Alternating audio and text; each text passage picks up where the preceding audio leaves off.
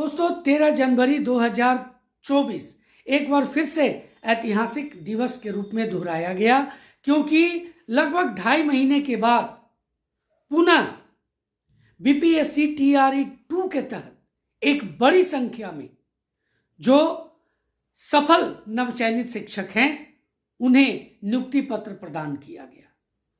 गांधी मैदान पटना एवं सभी जिलों में जो निर्धारित स्थल थे वहां नियुक्ति पत्र प्रदान किया गया। दोस्तों सभी की निगाहें आज मुख्यमंत्री के संबोधन पर था। सभी मंत्रियों ने संबोधित किया मंच को गांधी मैदान पटना में, जहां लगभग 25,000 से ऊपर शिक्षकों को नियुक्ति पत्र प्रदान किया गया। उसमें माननीय मुख्यमंत्री का जो संबोधन था उस पर इसलिए ज्यादा शिक्षकों की आशाएं थी, निगाहें थी, क्योंकि एक बार फिर से खास करके जो नियोजित शिक्षक हैं उन्हें अपने लिए कुछ बेहतर सुनने की आस थी और माननीय मुख्यमंत्री ने निराश नहीं किया। एक बार फिर से माननीय मुख्यमंत्री ने अपने संबोधन में नियोजित शिक्षकों को सरकारी कर्मी बनाने की बात कही। सक्षमता परीक्षा को लेकर के भी उन्होंने बात कही, जिसे उन्होंने सामान्य परीक्षा का नाम दिया और साथ ही साथ इसकी जो समय गुजर रहा है उसमें कितना और समय लग सकता है इसके लिए भी उन्होंने एक इशारा किया। साथ ही उन्होंने ये भी कहा कि हमने पहले ही घोषणा कर दिया है कि नियोजित शिक्षकों को राज्यकर्मी दिया जाएगा, तो इस बार लोग शामिल नहीं हुए हैं, बहुत अच्छी बात है। इसके क्या क्या है मायने, आज हम लोग इसी का विश्लेषण करेंगे, इस पर चर्चा करेंगे। और एक महत्वपूर्ण बात उन्होंने कहा था कि बीपीएससी टीआरई 1 में 29,000 नियोजित शिक्षक चयनित हुए और जैसा कि आप जानते हैं कि बीपीएससी टीआरई 2 के एग्जामिनेशन में भी 11,000 नियोजित शिक्षकों के सफल होने की बात कही जा रही है। कुल मिला के 40,000 नियोजित शिक्षक सफल हुए हैं। अब इसमें से बहुत से ऐसे नियोजित शिक्षक हैं जिन्होंने ज्वाइन ही नहीं किया। अब उनके साथ क्या होगा, उनके लिए क्या सरकार कुछ रणनीति बना सकती है?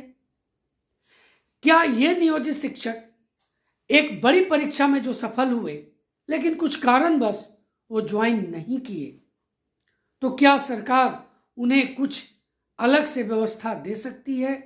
ये बहुत बड़ी बात है। ये मैं अपने स्तर से, चूंकि आपके बहुत सारे मैसेजेस इसको लेकर के मेरे कमेंट बॉक्स में आए हैं और उस पर मुझसे आप चर्चा चाहते हैं, तो मैं इस पर भी आज एक महत्वपूर्ण चर्चा करने जा रहा हूं आपके साथ। तो दोस्तों अगर चैनल पर नए हैं या अभी तक चैनल को सब्सक्राइब नहीं किया है तो चैनल को सब्सक्राइब कर लें, वीडियो को ज़्यादा से ज़्यादा शेयर करें ताकि ये वीडियो बाकी लोगों के पास भी पहुंच सके और आपकी बात उन तक पहुंच सके। वीडियो अच्छा लगे तो लाइक करना बिल्कुल भी ना भूलें। तो चलिए सबसे पहले माननीय मुख्यमंत्री ने कौन सी बातें कही हैं उस पर मैं आपके बीच चर्चा करता हूं। उन्होंने नियोजित शिक्षकों को एक बार फिर से राज्यकर्मी बनाने को लेकर के बड़ी बात कही।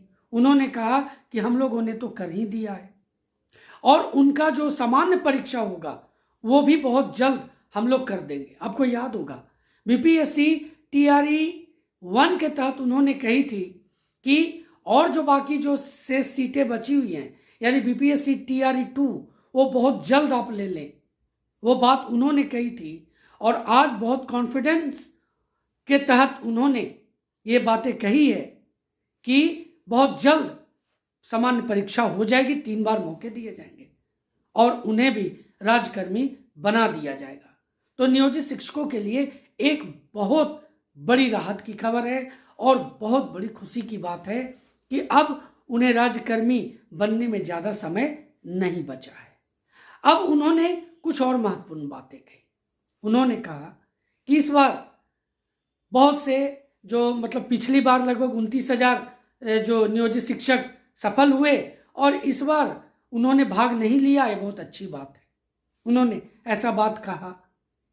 तो उन्होंने कहीं ना कहीं ये इशारा किया कि आपको भी कोई अलग से, या बीपीएससी टीआरई 1 और टीआरई 2 के तहत जो विद्यालय अध्यापक चयनित हुए हैं उनसे अलग आपको नहीं रखा जाएगा, उसके समतुल्य, उसके बराबर रखा जाएगा, इसमें कोई दो राय नहीं है। उनके इस कथन से जाहिर होता है। तो अब नियोजित शिक्षकों को बीपीएससी के तहत चयनित होने की जरूरत नहीं है। उन्हें अब सीधे सीधे जो सामान्य परीक्षा, जो आज माननीय मुख्यमंत्री ने बात कही, सामान्य परीक्षा में सफल होने की जरूरत है। और उन्होंने कहा बिल्कुल अलग तरह की परीक्षा, बिल्कुल अलग तरह की। तो समझ जाइए कि जैसे जो बीपीएससी टीआरई 1 और टीआरई 2 में जो एग्जामिनेशन लिया गया है उससे एग्जामिनेशन अलग होगा। ये बातें भी आप अंदाजा लगा सकते हैं, इसमें कोई दो राय नहीं है। अब देखिए सबसे बड़ी बात कि अब विभाग के सामने बीपीएससी टीआरई 3 के लिए काफी समय है, बीपीएससी के पास काफी समय है और विभाग भी इस बीच जो समय बचता है, जैसा कि आप जानते हैं कि लोकसभा इलेक्शन भी है, उसकी अधिसूचना भी जारी होगी, आचार संहिता लग जाएगी, तो उसके पहले अगर चाहे तो सरकार आपका एग्जामिनेशन कंडक्ट कर सकती है। माननीय मुख्यमंत्री के बातों से ऐसी संभावना जग गई है, इसलिए अब आपको बहुत तेज गति से इसकी तैयारी में लग जाना चाहिए, क्योंकि संशोधन की बात माननीय मुख्यमंत्री के द्वारा कुछ भी नहीं कहा गया। इसमें कुछ संशोधन होगा, नियोजित शिक्षकों के जो विशिष्ट शिक्षक नियमावली है उसमें कुछ जो ऐसी बातें हैं जिस पर आपत्तियां हैं उसमें कुछ संशोधन हो सकता है, ऐसी माननीय मुख्यमंत्री ने बातें नहीं कही है, जिसकी भी एक संभावना बन रही थी। उन्होंने सीधे सीधे कहा है परीक्षा पास करें और राजकर्मी बन जाएं। तो इसके लिए आपको अब बहुत तेज गति से तैयारी कर लेनी है। अब आते हैं कि सक्षमता परीक्षा जिसका नाम दिया गया है, अगर विशिष्ट शिक्षक नियमावली के तहत उसकी बात करें तो सक्षमता परीक्षा क्यों लिया जा रहा है? क्योंकि ये एक कानूनी प्रक्रिया के तहत बात कही जा रही है, जिससे के तहत अगर नियोजित शिक्षक आएंगे तो कल किसी भी तरह की कानूनी अड़चन नहीं लगेगी कि उन्हें क्यों राजकर्मी बना दिया गया। तो इसीलिए यह सक्षमता परीक्षा ली जा रही है। लेकिन जो नियोजित शिक्षक बीपीएससी टीआरई 1 में चयनित हुए, लेकिन कुछ कारणवश, कुछ की दूरी कारण बना, कुछ की पारिवारिक स्थिति कारण बनी और उसके तहत उन्होंने ज्वाइन नहीं किया, तो आखिर उनका क्या होगा? क्या उन्हें फिर से सक्षमता परीक्षा देनी होगी? तो ये एक बड़ा प्रश्न है। मेरे समझ से सरकार को इस पर संज्ञान लेनी चाहिए, क्योंकि जो नियोजित शिक्षक एग्जामिनेशन पास कर गए हैं तो उनकी परीक्षा लेने की क्या आवश्यकता? दूसरा, जो क्वालिफाइंग मार्क्स प्राप्त कर लिए हैं उनका परीक्षा लेने की आवश्यकता क्या है? सरकार यह भी क्लियर कर सकती है कि बीपीएससी टीआरई 1, बीपीएससी टीआरई 2 में इन्होंने एग्जामिनेशन दिया और इन्होंने जो पास मार्क्स रखा गया था वो इन्होंने क्रॉस किया।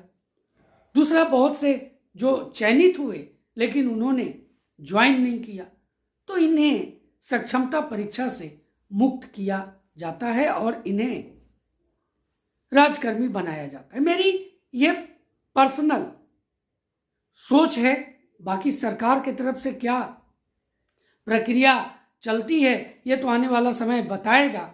लेकिन मैं सरकार से अपील ये करना चाहूँगा कि जो नियोजित शिक्षक क्वालिफाइंग मार्क्स क्रॉस किए हैं, जो चयन होने के उपरांत भी कुछ निजी कारणोंवश, दूरीवश वो ज्वाइन नहीं किए हैं, उन्हें सक्षमता परीक्षा से दूर रखा जाए और उन्हें स्वतः राजकर्मी का दर्जा दिया जाए।